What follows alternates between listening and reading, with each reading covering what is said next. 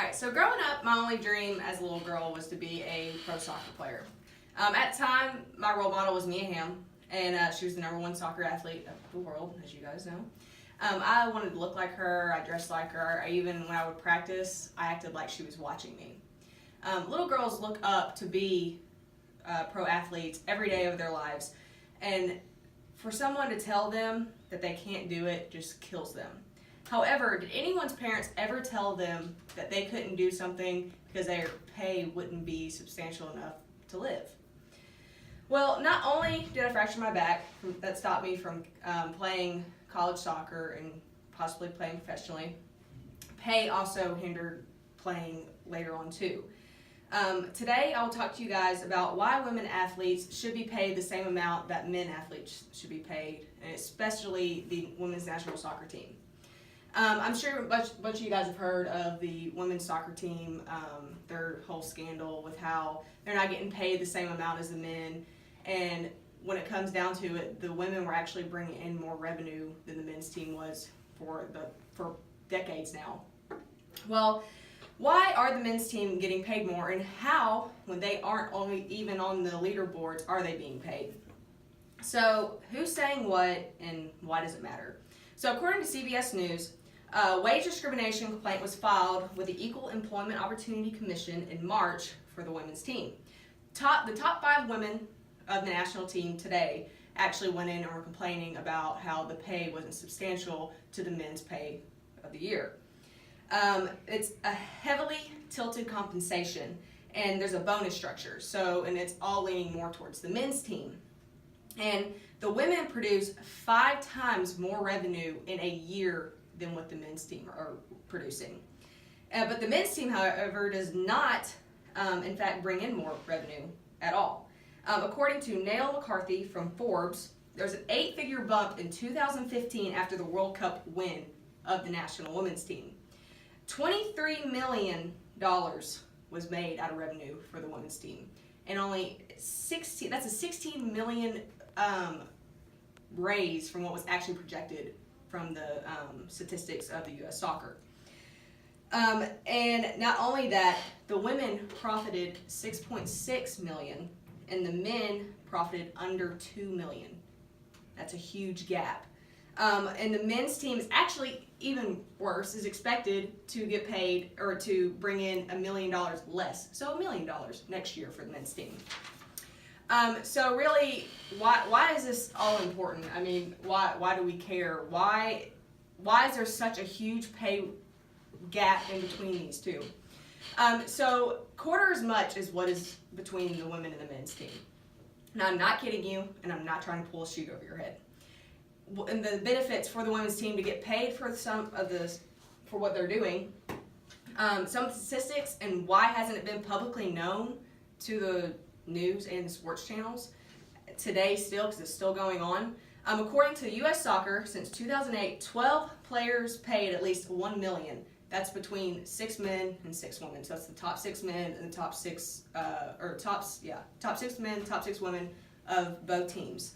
The highest paid woman is paid $1.2 million between 2008 and 2015, and some women on the team were paid about the same amount, maybe a little bit less than the men.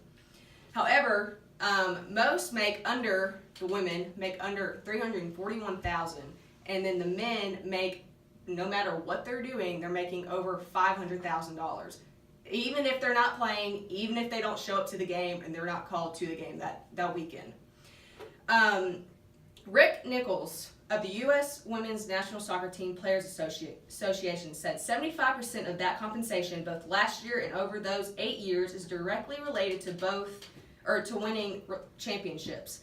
So that means that basically, for the women to win any money, they have to win a game. No, that's it. If they lose a game, too bad.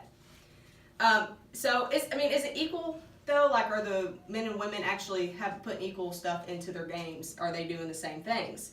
Well, the answer is not exactly. According to CNN Money, there's a roster bonus for successful qualification, and it is $15,000 for women in 2015 and $55,000 for men in 2014.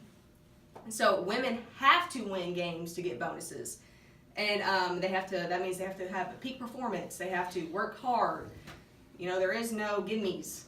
And for the women, not only are they getting paid less, their winnings for how many games they won last year, they won 88 games. Guess how many the men won? 44. So with that, the women's pay is a base salary, which the men don't have. They don't have a base salary. They play for, it's called a thing called play for play. So when they play, they get bonuses. Whenever they aren't playing, they get paid bonuses, not salary. And some of the benefits that the women will actually get from getting these, not a pay gap between the men and the women, they'll actually get better hotel and travel accommodations, which apparently they don't. They will be reimbursed for their year's salary of what was being paid less for what the men were being paid.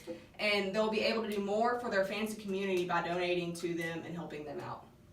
So overall, there's a lot of controversy with this.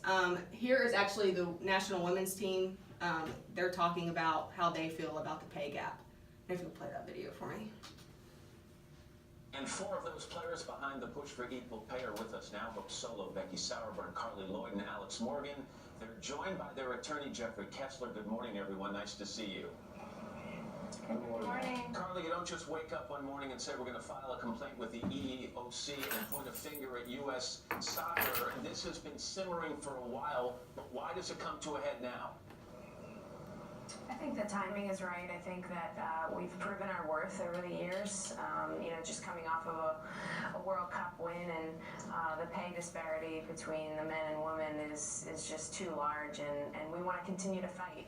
The generation of players before us fought, and now it's our job to keep on fighting. Ladies, you complained to the U.S. Soccer Federation in the past. What's their response been when you talk about these equal pay issues? You know, Matt, I've been on this team now for a decade and a half, and I've been through numerous CBA negotiations, and honestly, not much has changed. We continue to be told we should be grateful just to have the opportunity to play professional soccer and to get paid for doing it. And in this day and age, it's about equality, it's about equal rights, it's about equal pay, and we're pushing for that. And we believe now is the time is right, because we believe it's our responsibility for. So that was from the NBC News, and that was what they documented with the women's national team. So in conclusion, I mean, we don't want to ruin our child's childhood. I mean, if they have a dream, they should go and push for it. Nobody should be hindered or pushed back because of money.